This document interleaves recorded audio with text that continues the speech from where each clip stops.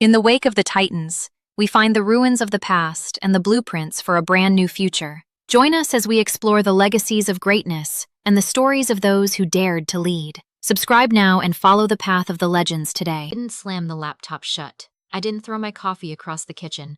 I just sat there in my rented apartment in Lisbon, watching my brother-in-law swing a crowbar into the antique Apothecary cabinet I'd spent 4 years restoring, and I screenshotted it. Every single frame. "You're done, sis." My sister leaned into the camera so close I could see the powder caked in the lines around her mouth. She was 41 and still talking to me like I was the family pet. "We're done pretending this little soap project is a real business." Mom and Dad agree. "This building deserves something with vision. You'll sign the dissolution papers, you'll take your little bottles and your dried lavender, and you'll get out of the way." She tilted the phone toward the back wall, the one with the original 1890s shelving. "We're knocking that out tomorrow. Open floor, natural light, a real boutique." Behind her, I could see them, my mother in her good coat, my father holding a set of keys that should not have existed, and a contractor in a high-vis vest already chalking lines on my floor. My floor. The one I'd refinished by hand on my knees with a heat gun and a putty knife. "Okay," I said. That was it. That was the whole word. My sister blinked, almost disappointed, like she'd loaded the cannon and the target had just walked off the field. "Okay?" "Okay," I said again, and I hung up. I want you to understand that I did not cry. People assume I cried. The first thing everyone asks when I tell them the story is whether I broke down, and the answer is no, because by that point, I had run completely out of the substance you cry with. You can only weep over the same people so many times before the well goes dry, and what's left at the bottom is something harder and a lot more useful. Let me back up, because the part where I said okay doesn't make sense unless you understand the arithmetic. I am 33. My sister is 41. For as long as I have been alive, I've been the family's emergency fund, and she has been the family's emergency. Those were our roles. I don't think anyone ever wrote them down, but they were as fixed as anything in the Constitution.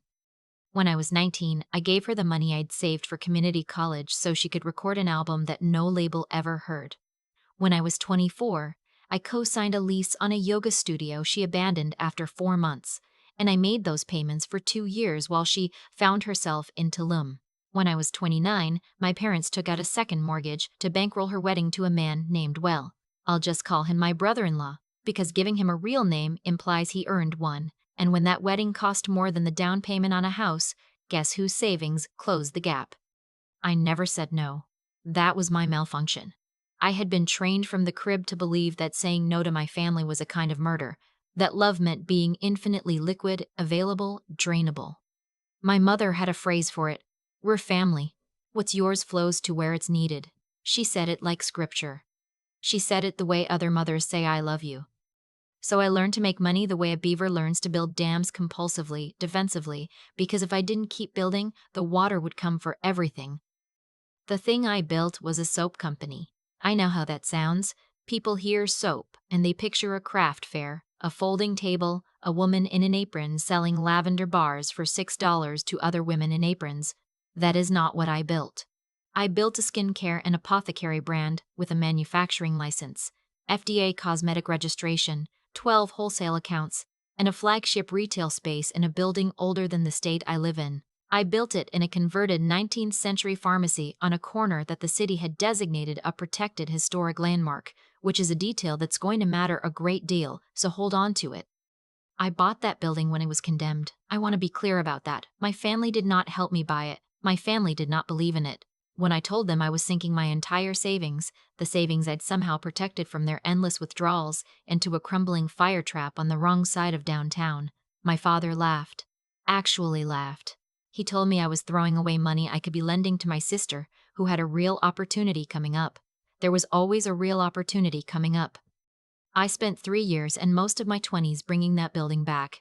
I learned the historic preservation code by heart because I had to. You cannot so much as replace a window in a protected landmark without filing for a certificate of appropriateness, and you absolutely cannot touch anything structural.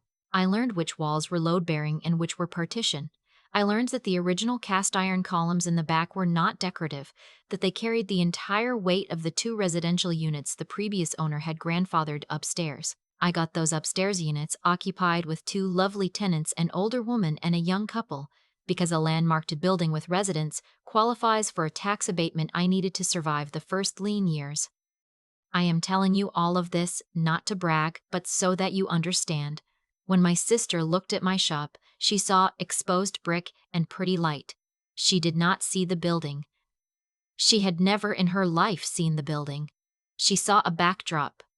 And here is the part that took me 33 years to understand. The part I finally understood sitting on that hotel bed in Lisbon with the screenshot glowing in my hand.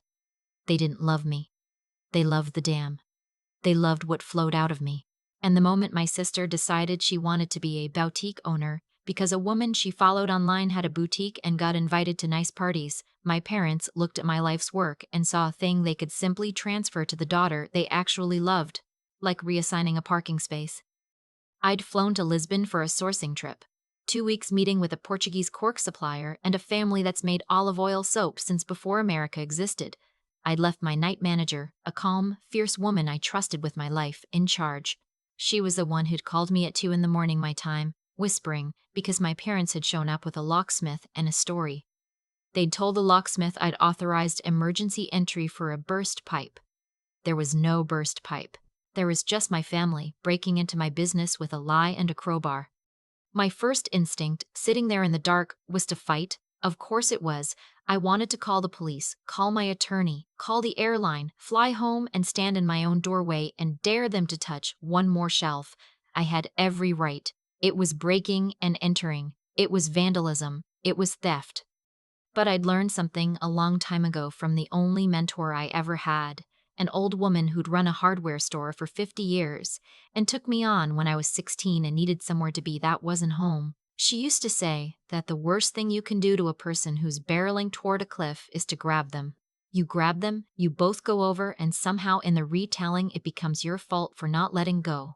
If somebody's determined to jump, she told me once while I was sweeping her floor, the kindest and the smartest thing is to hold the door open and wish them a nice flight. If I flew home and stopped them, I knew exactly how it would go. My sister would weep. She would tell our parents I'd crushed her dream out of pure jealousy, that I'd always resented her, that I cared more about old bricks than my own blood. And my parents would believe her, because they always believed her, because believing her was easier than admitting what they'd done to me for 33 years. I would become the villain of a story I'd been the hero of, and I would spend the next decade apologizing for defending my own property. So I did not grab her. I opened the door. I sat very still and I let the whole architecture of it assemble in my mind, cool and clean. They wanted the building. Fine, they could have the building. But you cannot have only the pretty parts of a thing. A building isn't a backdrop. A building isn't a backdrop. A building is a set of obligations, wearing a nice brick face. Property taxes, insurance, code compliance, landmark restrictions. The legal and financial responsibility for two upstairs tenants whose ceilings are your floors. My sister wanted to be the owner. The trouble with my sister is that she had never once in her life understood the difference between owning something and being photographed next to it. I called my attorney first thing the next morning, a precise, unflappable man who'd handled my incorporation and my landmark filings and who I trusted to tell me when I was about to do something illegal. I told him everything. Then I asked him the question that mattered. If they want to take over the renovation and the management, I said, can I let them? Cleanly, on paper, with me fully out of it. There was a long pause.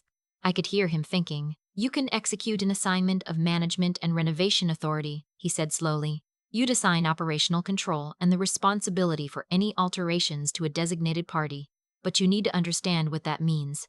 If you sign that over and they touch a load-bearing element of a landmark structure without permits, the liability for that doesn't sit with you anymore. It sits with whoever holds the authority and whoever guarantees it. And if I'm out of the country when they do it, I said, if I never give a single instruction, never lift a finger, never reassume any control, then you're a third party, he said, an absentee owner who lawfully transferred control to people who then proceeded to commit a series of felonies. Another pause. I'm not telling you to do anything. I'm telling you what the document does. I understand, I said. Draft it. I want to be honest about how this felt, because I think people imagine I was gleeful. I wasn't. There was a clinical heaviness to it, the feeling of doing math you wish were wrong. Because I knew them. I knew that the only way to make my family read a contract carefully was to make sure there was no money in it. And the only way to make them sign without reading was to put money in it. The bait wrote itself. The document my attorney drafted was a masterpiece of plain, boring legal English, and it did exactly what it appeared to do on the surface. It handed over the keys to the kingdom.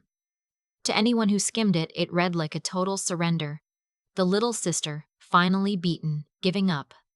At the very top, in the first paragraph, where my family's eyes would land and stop, was the only sentence that mattered to them. Upon execution, operating funds in the amount of $12,000 shall be released to the assigned project manager for immediate renovation expenses. $12,000 available the moment they signed. I knew my sister had a Pinterest board full of light fixtures she couldn't afford. I knew $12,000 would feel like a coronation. And then, buried where they'd never look, in the dry middle pages a person only reads if they expect a trap, were the two clauses that were not bait.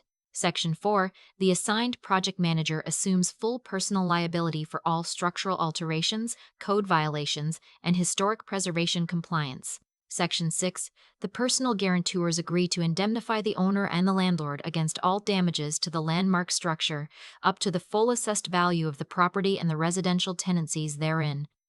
The guarantors. I'd asked my attorney how to handle that part, and he'd told me, mildly, that for an assignment of this scope to be enforceable, the assignee usually needs financial backing.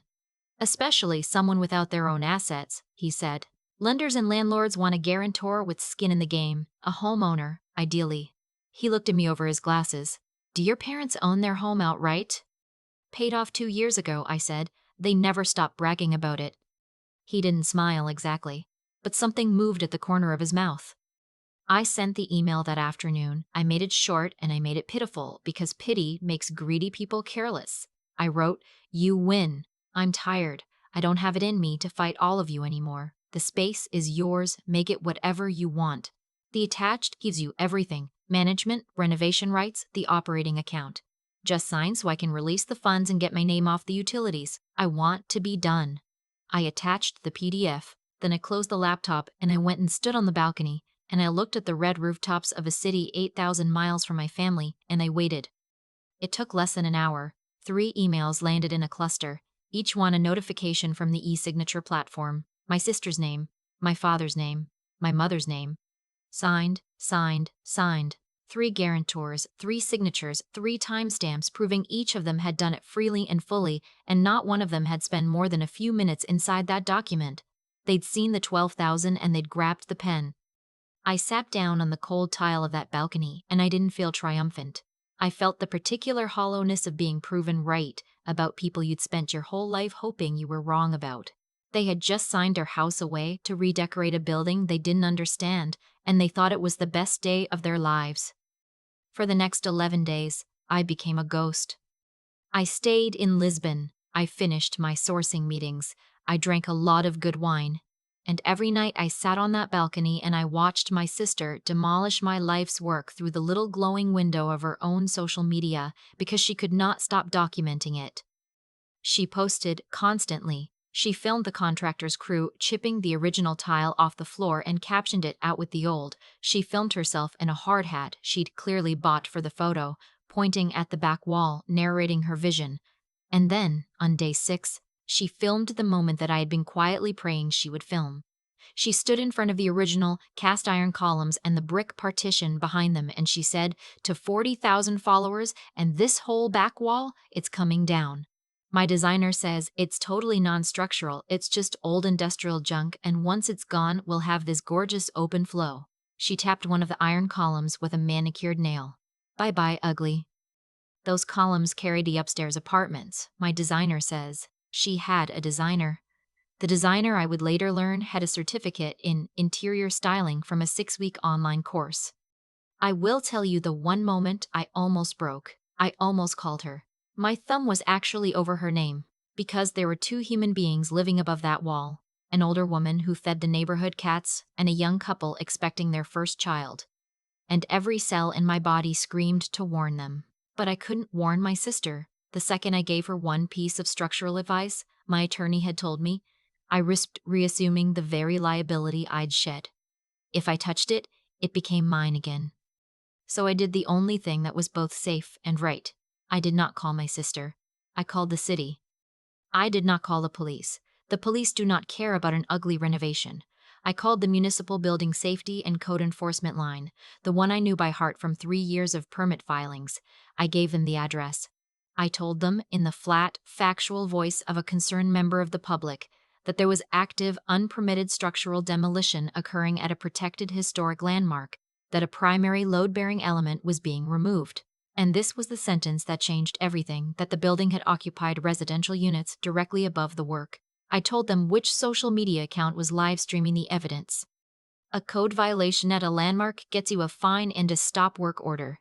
Endangering the lives of tenants in an occupied structure gets you an emergency priority inspection. The woman on the phone went very quiet and then very fast, and I made sure to make that call from a number that was not mine, about a property where I was, on paper, a passive absentee owner who had lawfully assigned all control to other people. Then I called my attorney, and I booked a flight home, not to stop anything, but to be there for the opening. I wanted to see it with my own eyes. The grand opening was a Saturday. My sister had been hyping it for a week. Soft launch, hard launch, you're all invited. Bring your friends, bring your wallets. She'd hired a valet. She'd hired a florist for the florist's adjacent boutique, which I never did fully understand. The whole social circle was coming, my parents' church friends, the neighbors who'd always preferred my sister, a handful of local micro-influencers in coordinated pastel outfits. I parked across the street at 9:40 in the morning. From the car, the shop looked beautiful. I'll give them that. The windows gleamed. There was a ribbon. There were balloons in tasteful blush and ivory. People were arriving, hugging, holding little paper cups of Prosecco at 10 in the morning. I opened the live stream on my phone and I watched my sister, radiant in a white dress, a glass raised, telling the camera, I just want to thank my incredible parents who believed in me when nobody else did. They helped me take this dark, neglected old space and turn it into somewhere full of light. My mother stood beside her, beaming, telling a cluster of women, honestly, my younger one had just let this place go. She didn't have the vision for it. We had to step in. My father had his arm around my sister's shoulders, prouder than I'd ever seen him look at anything. Erasing me in real time. 8 years rewritten into a sentence at a party. And then the camera panned across the ceiling and I saw it, and the guests didn't. Up near the new open archway where the brick partition used to be, a fine pale dust was sifting down through the recessed lighting, catching the morning sun like glitter. And running out from the new opening, across the old plaster ceiling, was a crack. Thin, dark, branching like a river seen from an airplane. The building was sagging into the hole they'd torn in its spine, and they were toasting Prosecco directly underneath it. I didn't feel afraid. I felt the strange calm of a person watching weather they predicted 3 days ago arrive exactly on schedule. At 9:55, a dark sedan pulled up a few cars ahead of me, and my attorney got out, carrying a slim leather folio in no hurry at all. At 9:58, a white municipal van turned the corner and stopped, hazards on, in the loading zone. The side door slid open and the chief building inspector stepped out, fixing his vest, the expression of a man pulled away from his Saturday and not pleased about it. Behind him, a second vehicle. 2 officers, a fire marshal, a wall of clipboards and badges and high-visibility yellow flowing toward my sister's pretty ribbon door. On the live stream, my sister lifted her glass higher. To new beginnings, she said. The door opened. I heard, through the phone's tinny speaker, the music stutter and stop. The chatter died. Somebody off camera said, "Cut the feed." Someone cut the feed, but my sister, frozen, didn't, and so I watched the whole thing through her own camera, the one she'd aimed at her own destruction. The fire marshal didn't look at the flowers or the Prosecco or the influencers. He walked straight to the sagging archway, tilted his head up at the crack and the falling dust, and I watched his jaw set. He peeled an orange sticker off a pad and pressed it flat against the front glass. Even reversed through the camera I could read it. Yum safe. Do not OC Capi. He turned and his voice carried. Everybody out. Now. This structure is compromised. Evacuate immediately. This is now an active scene. And my sister, my beautiful, drowning sister, did the thing she has done her entire life. She pointed at someone else.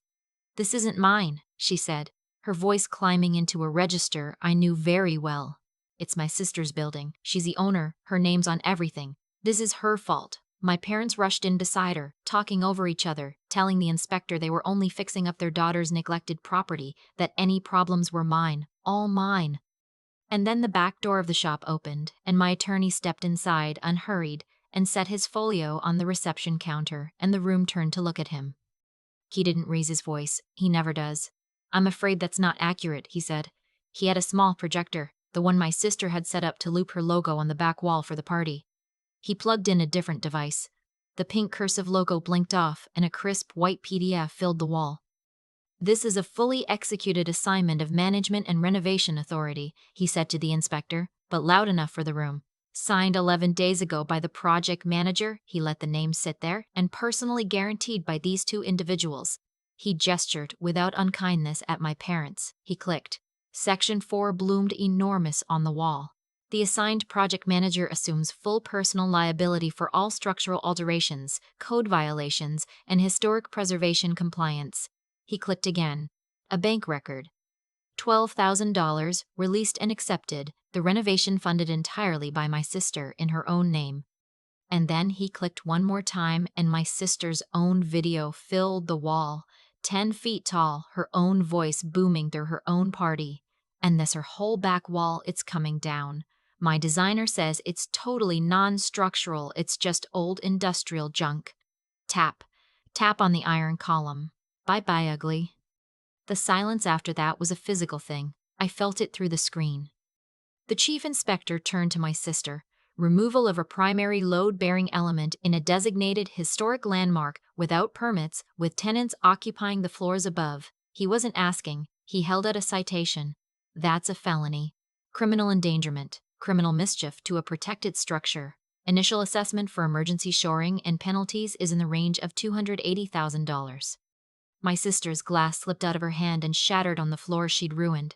I don't have that," she whispered. The landlord's representative, because the upstairs tenancies fell under a master lease arrangement I'd structured years ago, stepped up next. "Given the criminal negligence and the displacement of tenants, we're invoking the acceleration clause. The remainder of the lease term is now due. That's another $160,000. My mother made a sound I'd never heard her make. "We can't. We don't have that kind of money. We can't possibly." And my attorney gently, almost kindly, clicked to the last page. Section 6. The personal guarantors agree to indemnify against all damages up to the full value of the property. Their two names in their own handwriting. "You guaranteed it," he said. "Both of you. If your daughter can't satisfy the judgment, it transfers to your assets." He paused. "The lien will attach to your residence, likely by the start of next week." My father did not say anything. He looked at the names on the wall.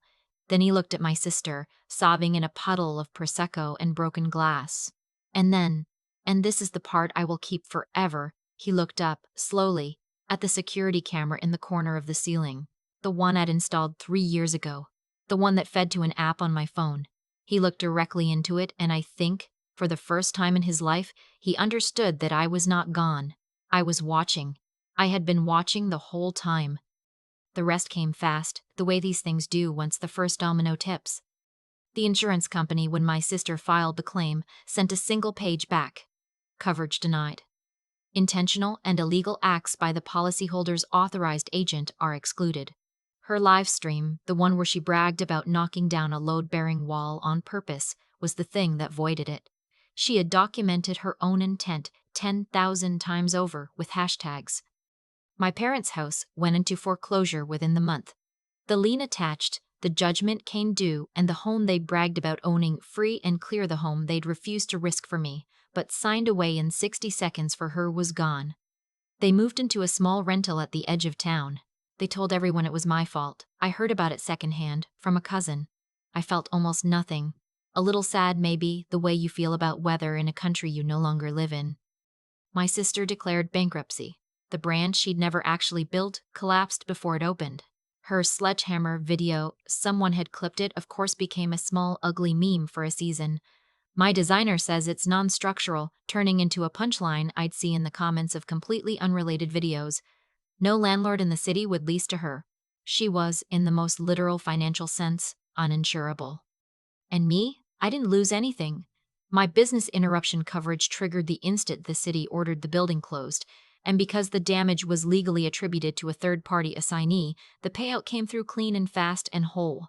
The landmark itself will be restored eventually on someone else's dime by people who actually know what they're doing. I took the insurance money and I did the thing I'd been quietly planning for 2 years anyway, before any of this, back when the historic building was charming but exhausting, and I lay awake worrying about the cost of restoring a 130-year-old roof. I leased a real production facility, an industrial unit on the edge of an industrial park. No exposed brick, no precious light, no tourists. Just a clean, enormous, perfectly boring space built to make things at scale, with loading docks and three-phase power and a floor you're allowed to drill into. My night manager runs operations now. She has a title and a salary that made her cry the good way when I told her. The older woman from upstairs and the young couple. The city relocated them, and the couple sends me a photo every Christmas of a baby who is now, somehow, walking. Yesterday morning, I stood in my new kitchen at 6 a.m. with my hands in a vat of saponifying oils, watching the surface go opaque and silky the way it's supposed to, and I realized I felt nothing at all about my family. Not anger, not grief, just the quiet of a house after the guests have finally gone home. I never sent a long message. I'm not built for speeches anymore. I attached the insurance denial letter and the foreclosure notice to the family group chat, and underneath I typed one line: "You wanted the space." The space came with the bill. Then I removed my mother, my father, and my sister, and I set the phone face down on the steel counter and I went back to my work. So tell me, because I know some of you have a family like mine, have you ever finally stopped catching someone and discovered the floor was there the whole time? Let me know where you're watching from. For 33 years, I believed that love meant being available to be drained, and the most expensive thing that belief ever cost me was the ability to see clearly. I want to talk about that, because I think a lot of you are still where I was. You're the responsible one. You're the dam. And you keep telling yourself that one more rescue will finally buy you the love you've been waiting for. Here's what I learned standing on that balcony in Lisbon, watching 3 signatures land in under an hour. Nothing in my story happened by accident. My sister didn't lose her freedom because of bad luck. She lost it because she had spent her whole life believing that owning a thing and being photographed beside it were the same act, and reality eventually sends the bill for that kind of thinking. My parents didn't lose their house because I was cruel. They lost it because they signed a document they refused to read, chasing $12,000 they hadn't earned. Cause and effect. Every consequence in this story was a seed somebody else planted. I just stopped pulling the weeds. The thing that saved me wasn't anger. Anger would have put me on the next flight home, screaming in my own doorway, handing them the villain they needed me to be. What saved me was the patience to do the math honestly and the clarity to see what the paperwork actually was underneath the pretty surface. I had spent 3 years learning preservation code that nobody thought was worth learning, and on a Saturday morning, that boring, unglamorous knowledge became the thing that protected 2 tenants upstairs and ended a lifetime of being used. Knowing things deeply is not a small virtue. It is armor. But knowing isn't enough on its own. You also have to be willing to sit in the dark and wait when every cell in your body is screaming at you to act. The hardest thing I did was not call my sister to warn her about the wall. The discipline to hold still, to let people meet the natural result of their own choices instead of throwing my body in front of it again. That endurance was harder than any all-nighter I ever pulled building the business. And I want to be honest about the part that matters most. I did not lie to anyone. I did not damage anything. I gave my family exactly what they asked for, in writing, of their own free will, and I told the city the simple truth about an occupied building in danger. The line I would not cross was the line that let me sleep. You can outmaneuver people who wronged you without becoming them. That's the whole game.